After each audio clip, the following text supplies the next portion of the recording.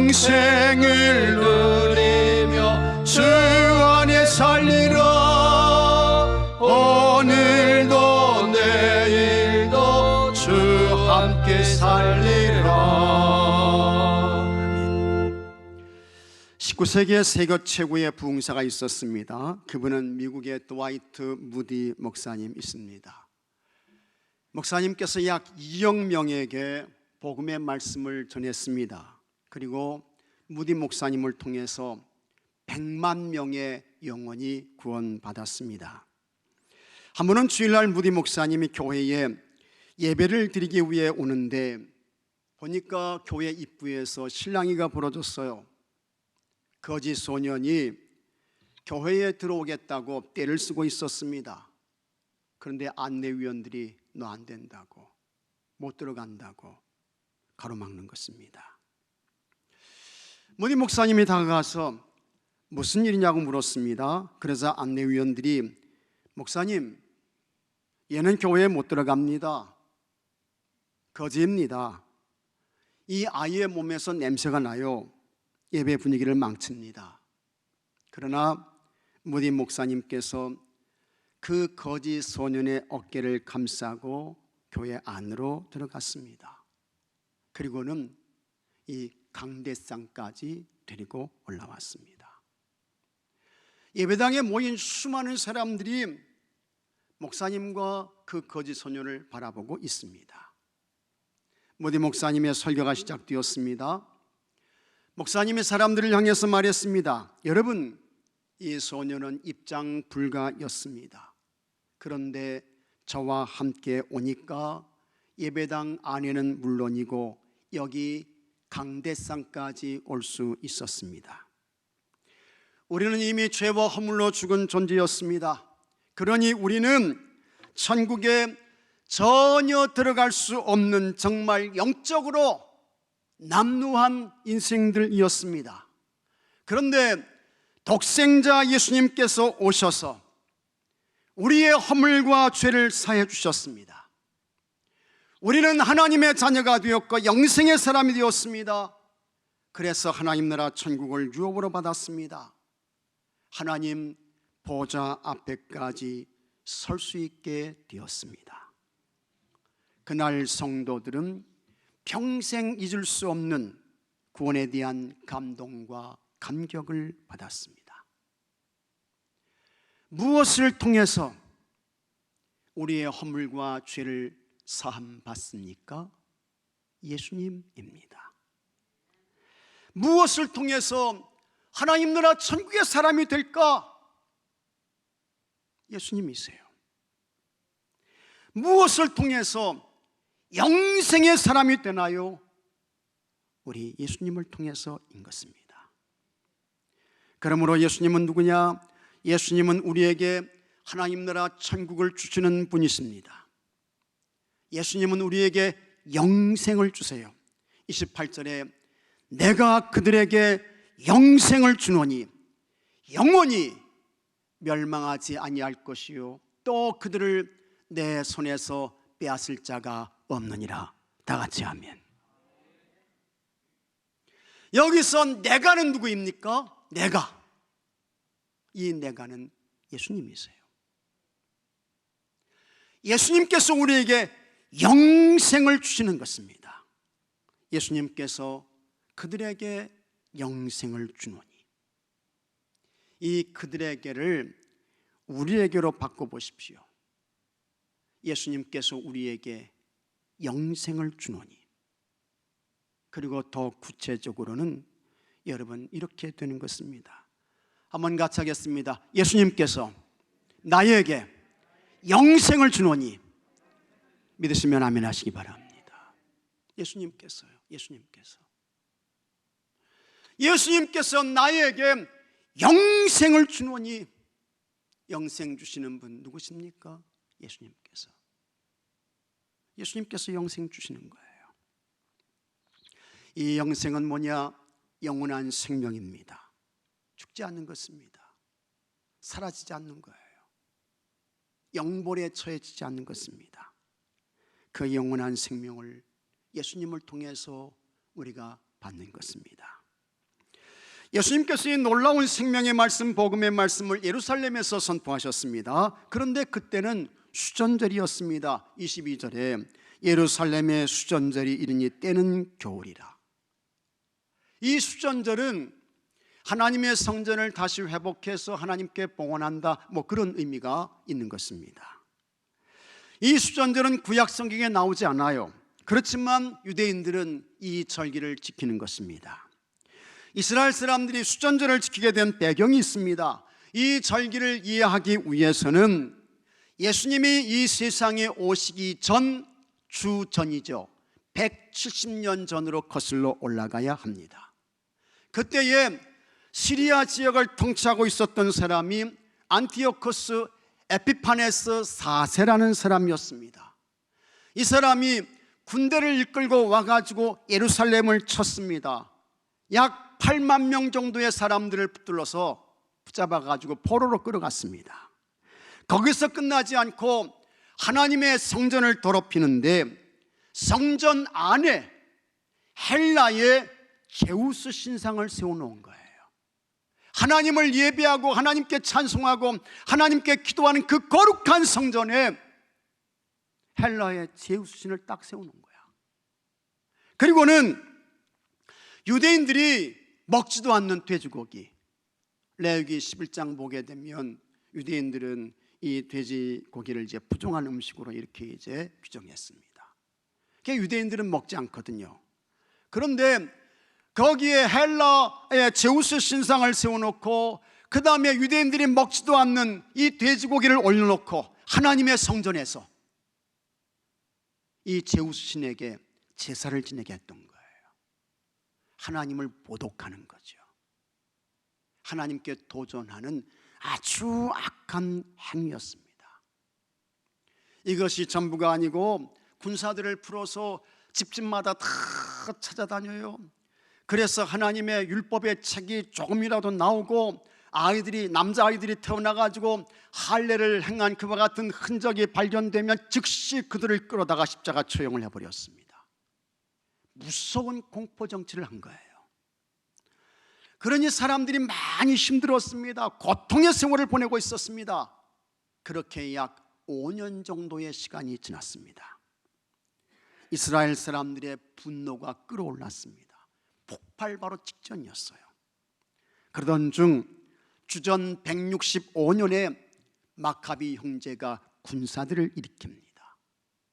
이 마카비 형제들이 안티오코스 에피파네스 4세를 대적합니다. 싸움에서 이겼어요. 헬라의 세력을 추방했습니다. 이것이 마카비 혁명입니다.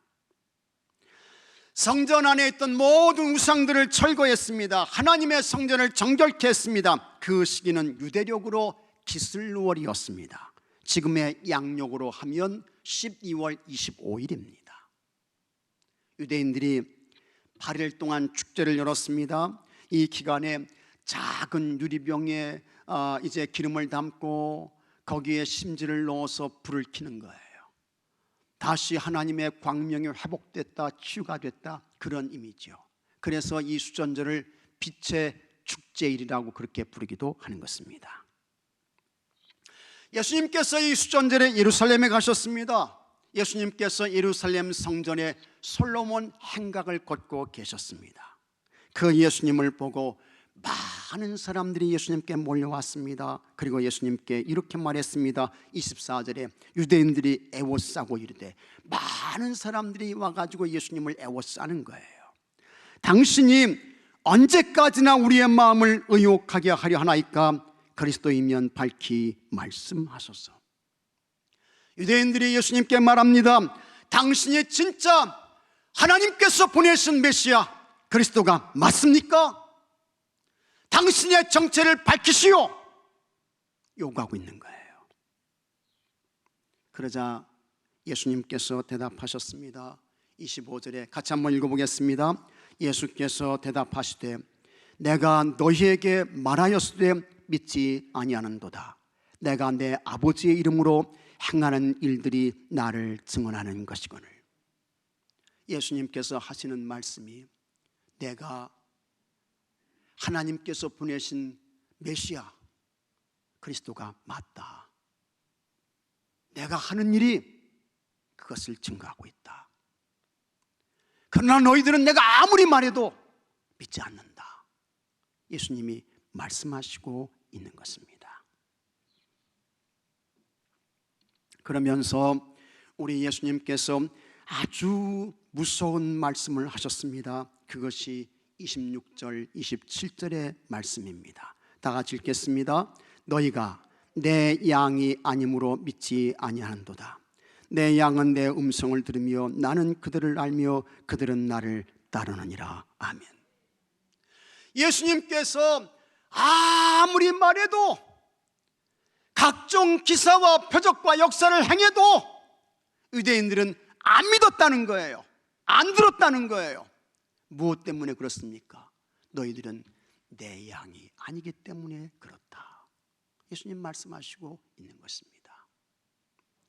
오늘 여기에서도 아무리 하나님의 말씀을 전해도, 아무리 하나님께서 여러분에게 놀라운 영적인 은혜와 은사를 주셔도 여러분들이 예수님의 양이 아니라고 하면 못 믿습니다. 안 듣는 거예요. 확신하지 못하는 거예요. 여러분, 우리 예수님의 좋은 양들이 되셔서 예수님의 말씀을 들으시고 믿으시고 확증하시고 예수님을 따라가시고 예수님과 동행하시고 이렇게 사시는 여러분들이 되시기를 주의 이름으로 축복합니다. 그러나 유대인들은 아무리 말해도 안 들어요. 안 믿어요. 불쌍하죠. 안타까운 것입니다. 그러면서 예수님께서 정말 중요한 말씀을 하셨습니다. 예수님께서 영생을 말씀하셨습니다. 28절에 내가 그들에게 영생을 주노니, 내가 그들에게 영생을 주노니 영원히 멸망하지 아니할 것이요 또 그들을 내 손에서 빼앗을 자가 없느니라. 우리 예수님께서 누구에게 영생을 주실까? 어떤 사람이 우리 예수님께서 주시는 영생을 받고 누리게 될까요? 예수님께서 밝히셨던 그대로 예수님이 그리스도이십니다. 예수님이 메시아이십니다. 예수님이 구세주이십니다. 그걸 듣고 마음으로 믿는 거예요. 입으로 고백하는 거예요. 시인하는 것입니다. 그들에게 우리 예수님께서 영생을 주시는 것입니다. 성경에는 영원한이라는 형용사가 붙은 것이 셋이 있습니다. 하나님 영원하시죠. 영원하신 하나님. 하나님 영원하세요. 하나님은 그냥 영원부터 영원까지 계신 분이세요. 하나님은 시작과 끝이 없으신 분이십니다. 하나님은 과거에도 계셨고 하나님은 현재에도 계시고 하나님은 미래에도 영원토록 계실 하나님이신 것입니다. 하나님 영원하십니다. 그 다음에 둘째, 영원한 하나님 나라 천국입니다. 하나님 나라 천국은 영원해요. 세상 나라는 여러분 흥망성쇠를 반복합니다. 세상에 영원한 것이 뭐가 있습니까? 없어요. 하나도 없어요. 생성과 소멸이 반복되죠. 시작과 끝이 끊임없이 이어집니다. 그러나 하나님 나라 천국은 영원한 것입니다. 그 다음에 셋째, 예수님께서 주시는 영생, 영원한 생명인 것입니다. 요한복음 5장 24절에 내가 진실로 진실로 너희에게 이르노니 내 말을 듣고 또 나 보내신 이를 믿는 자는 같이 하겠습니다. 영생을 얻었고 영생을 얻었고 심판에 이르지 아니하나니 사망에서 생명으로 옮겼느니라. 아멘. 그리고 요한계시록 22장 5절에는 다시 밤이 없겠고 등불과 햇빛이 쓸데없으니 이는 주 하나님이 그들에게 빛이십니다. 같이 하겠습니다. 그들이 세세토록 왕노릇하리로다. 아멘. 세세토록이 뭡니까? 영원한 거죠. 영원한 거예요. 영원한 생명인 것입니다. 사람이 산다는 것은 두 가지입니다. 잠깐 사는 것이 있습니다. 그리고 영원히 사는 것이 있습니다. 잠깐 사는 것은 뭐냐? 육신의 삶을 사는 거예요. 육체의 삶은 여러분 건강하면 70입니다. 거기서 조금 더 건강하면 80입니다. 의학과 그 약의 도움을 받아서 조금 더 오래 살게 되면 많이 살아야 100살입니다. 그러나 여러분 70도 못 사시고 하나님 곁으로 가시는 분들도 많아요. 많습니다. 우리 육체의 삶은 그런 것입니다. 그래서 사람들이 이런 인생의 삶을 살면서 하는 이야기가 있습니다. 이렇게 사나 저렇게 사나 한 세상이다. 그러니 먹는 것이 남는 것이다. 잠자는 것이 남는 것이다. 노는 것이 남는 것이다. 그래서 육신의 정욕을 따라 갑니다. 육신의 즐거움을 쫓아 세상으로 가요. 오늘도 이 거룩한 주일에 세상으로 간 사람들 있죠. 있어요. 많습니다. 그러나 이것이 전부일까? 그렇지 않습니다.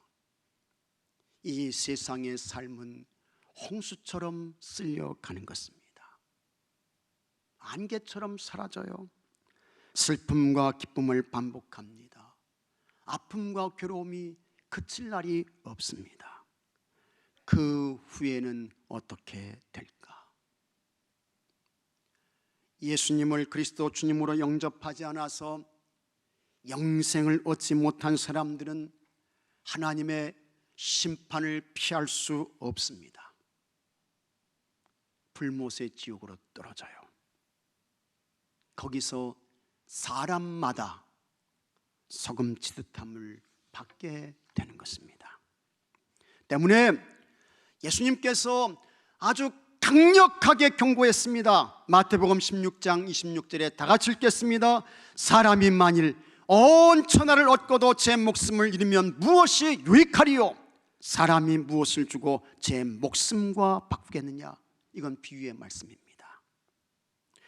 우리가 이 세상의 모든 부귀 영화 권세를 다 가졌습니다. 하지만 목숨을 잃었어요. 그러면 그 영화 권세 부귀가 소용없다는 것입니다. 아무것도 아니라는 거예요. 그것처럼 사람들이 날마다 허위허식합니다. 매일 잔치인 것입니다. 더 이상 쌓을 것이 없을 정도로 모든 것이 넘칩니다. 말 한마디면 모든 욕구를 몽땅 충족시킬 수 있습니다. 그렇게 100년을 살았다 할지라도 우리 예수님께서 주시는 영생을 얻지 못했다면 그것이 과연 무슨 유익이 있을까? 어떤 보탬이 될까요? 의미 없어요. 가치가 없는 것입니다. 그래서 여러분, 우리 예수님께서 너무 엄청난 말씀을 하셨습니다. 그것도 한 번이 아니고 세 번씩이나. 마가복음 9장 43절에 다 같이 읽겠습니다. 만일 내 손이 너를 범죄하게 하거든 찍어버리라.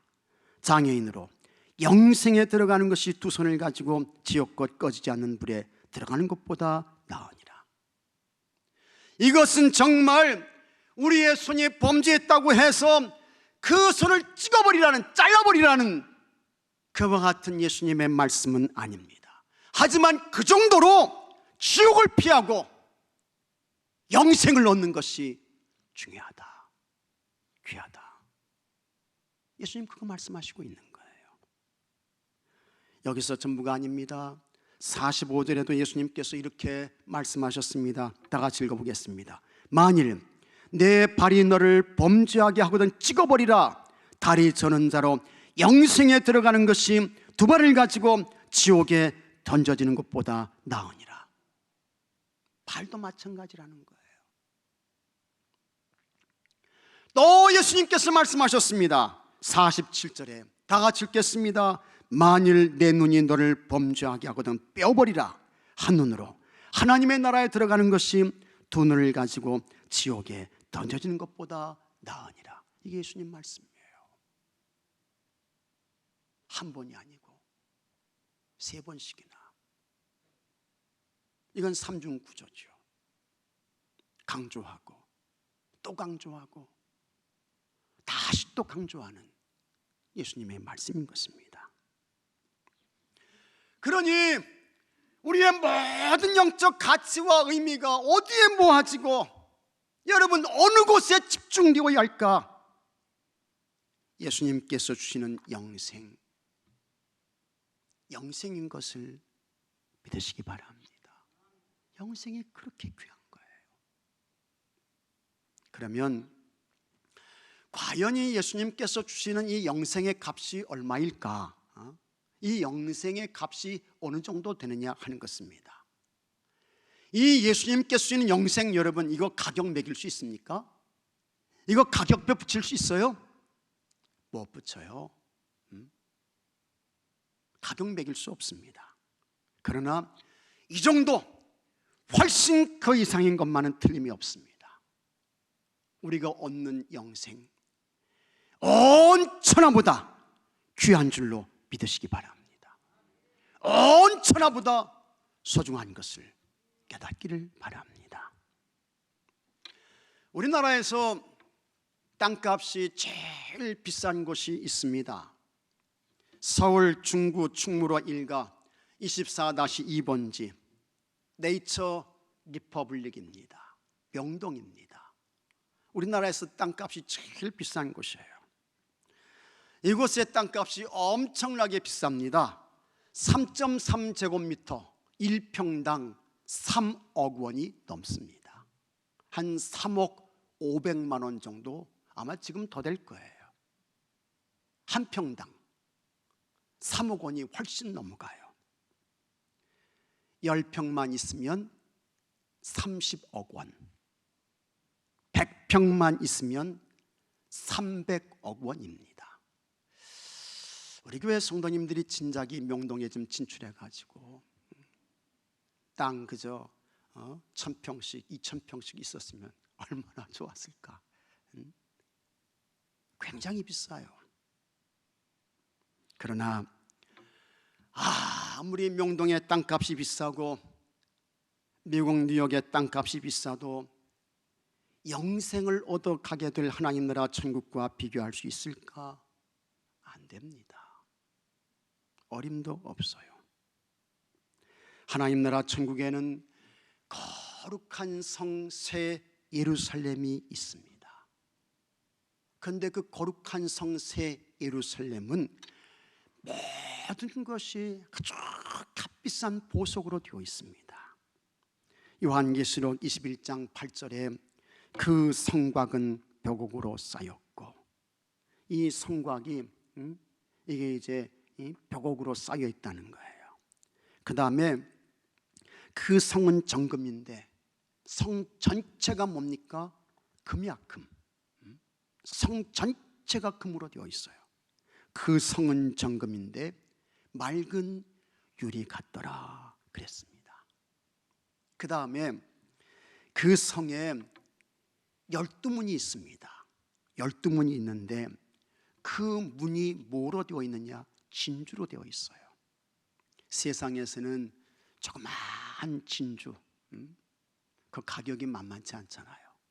근데 그 예루살렘, 새 예루살렘 성의 문은 큰 그와 같은 진주로 되어 있는 것입니다. 그 다음에 그 성에 길이 있습니다. 근데 그 길이, 하나님 나라 천국의 그 길이 황금길이에요. 황금길인 것입니다. 요한계시록 21장 21절에 한번 같이 읽어보겠습니다. 그 12문은 12진주니 각 문마다 한 개의 진주로 되어 있고 성의 길은 맑은 유리 같은 정금이더라. 아멘. 문이 진주로 되어 있어요. 그 다음에 길이 황금길이야. 황금길을 걷게 되는 거예요. 너무 아름답다는 것이죠. 황홀하다는 것이죠. 찬란하다는 것이죠. 그와 같은 표현을 지금 하고 있는 것입니다. 그 다음에 영생을 얻어 하나님 나라 천국에 가게 되면 여러분, 그곳에서 참 놀라운 것은 예수님 얼굴을 보게 됩니다. 예수님 얼굴을 봐요. 요한계시록 22장 4절에 같이 하겠습니다. 그의 얼굴을 볼 터이요.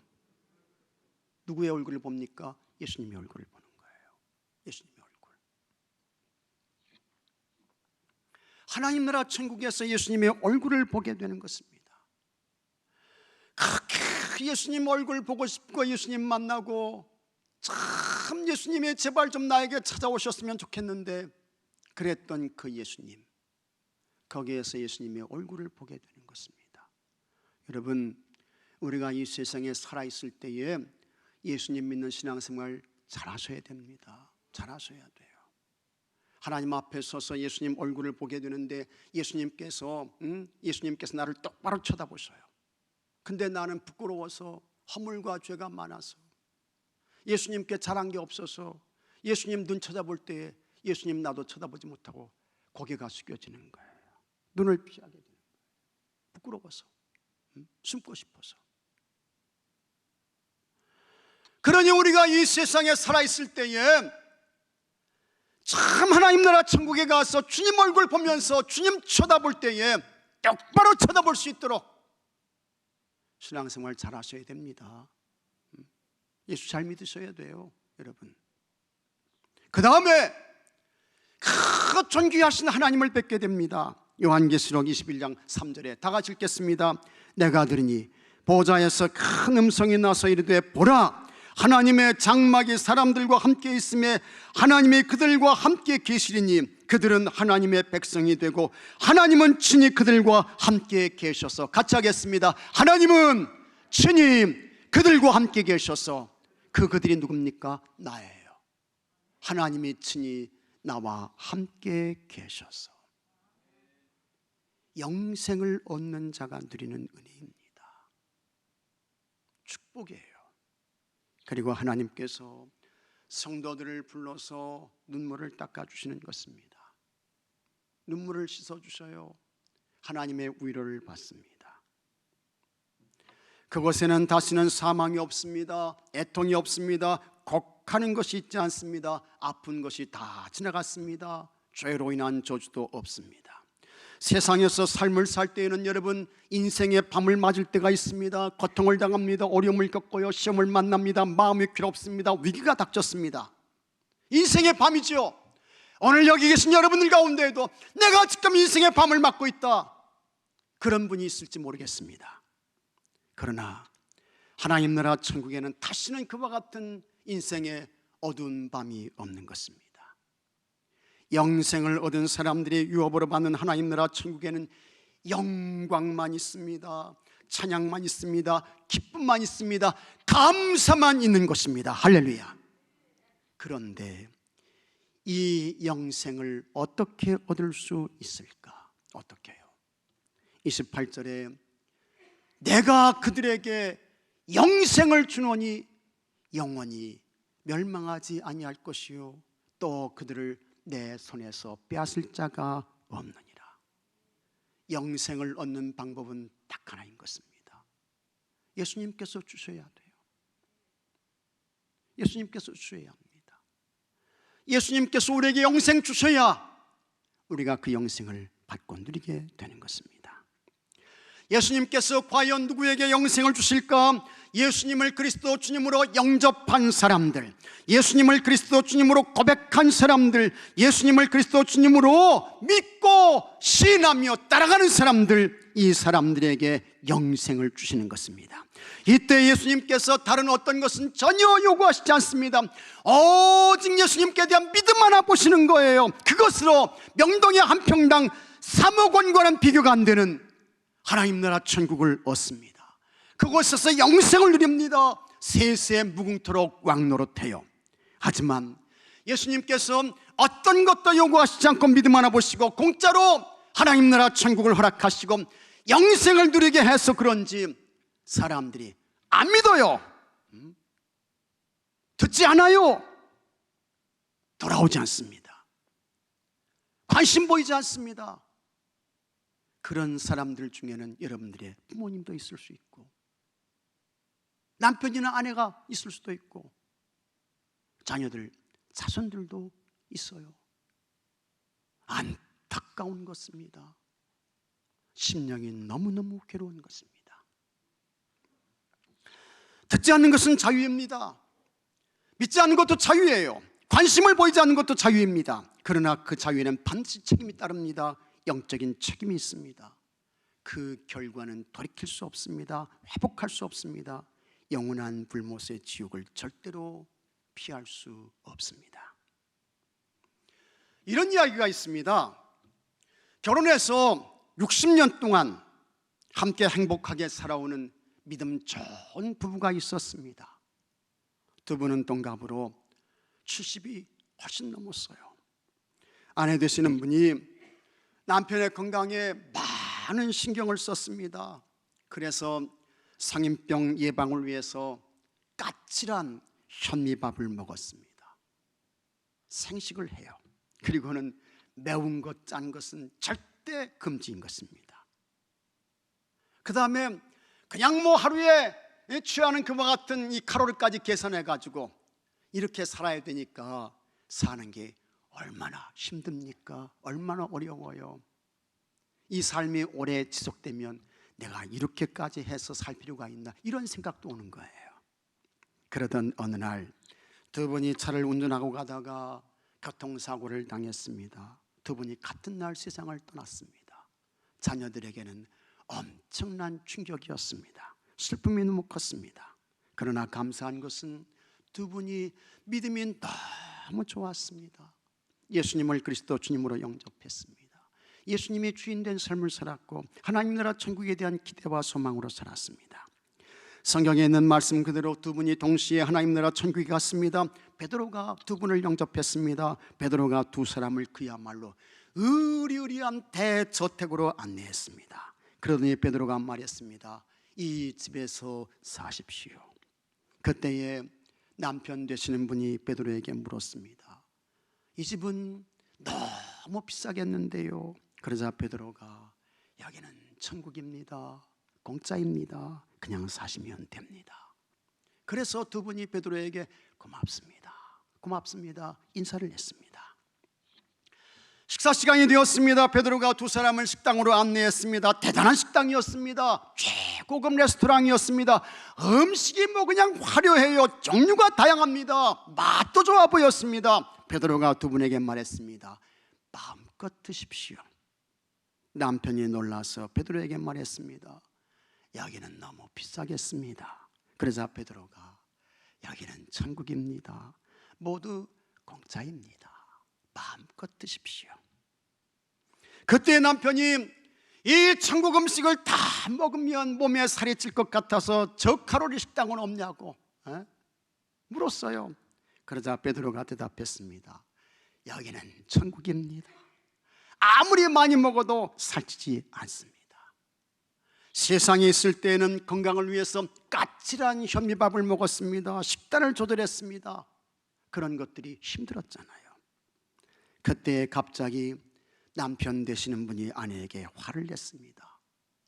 그 모습을 보고 베드로가 아니 이 좋은 곳에 와서 왜 화를 냅니까?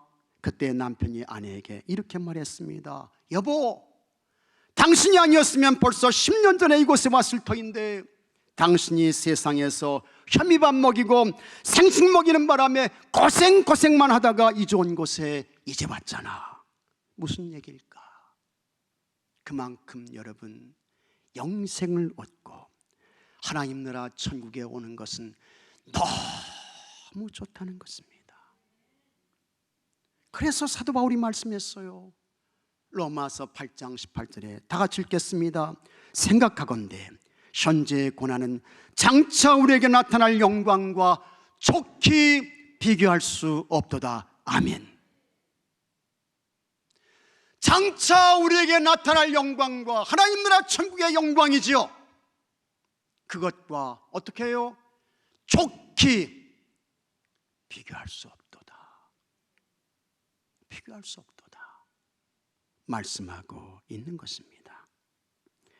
영생을 얻고 하나님 나라 천국에서 누리는 그 영광, 그 황홀함, 그 찬란함을 무엇과 비교할 수 있을까? 비교할 수 없어요. 안 되는 것입니다. 무엇을 따라가느냐에 따라 인생이 좌우됩니다. 파리를 따라가면 화장실로 가게 됩니다. 벌을 따라가면 꽃을 구경합니다. 도둑을 따라가면 담을 넘습니다. 도박꾼을 따라가면 도박꾼이 됩니다. 술꾼을 따라가면 술꾼이 됩니다. 좋은 스승을 따라가면 지혜를 얻습니다. 철학을 따라가면 물음표의 세계에 이릅니다. 문학을 따라가면 느낌표에 이릅니다. 내 생각을 따라가면 겨우 내 순으로 삽니다. 성경을 따라가면 진리의 세계에 이릅니다. 하나님을 따라가면 하나님의 자녀가 됩니다. 하나님께서 세상에 보내주신 예수님을 따라가면 죄사함을 받습니다.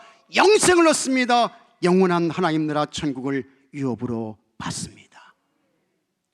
영생을 주시는 예수님 잘 따라가서, 영생을 주시는 예수님 잘 쫓아가서 여러분이 받은 구원 절대로 놓치지 않고 지금 여기서부터 하나님 나라 천국의 삶을 살다가 영원한 하나님 나라 천국에서 세세 무궁토록 영생을 누리시는 모든 분들이 되시기를 주의 이름으로 축복합니다. 다 같이 기도합시다. 이 세상에서 가장 가치 있는 것은 우리의 영혼이 구원받는 것입니다. 영생을 얻는 것입니다. 아버지 하나님, 지금 예수님을 통해서만 죄사함 받고 영생을 얻고 하나님 나라 천국을 유업으로 받습니다. 예수님을 그리스도 주님으로 믿고 고백함으로 받은 구원과 영생 절대로 빼앗기거나 잃어버리지 않게 하여 주옵시고, 지금 여기서부터 하나님 나라 천국의 삶을 살다가 영원한 하나님 나라 천국에서 세세 무궁토록 영생을 누리는 모든 성도들이 되게 하여 주시옵소서. 우리 주 예수 그리스도 이름으로 기도하옵나이다. 아멘.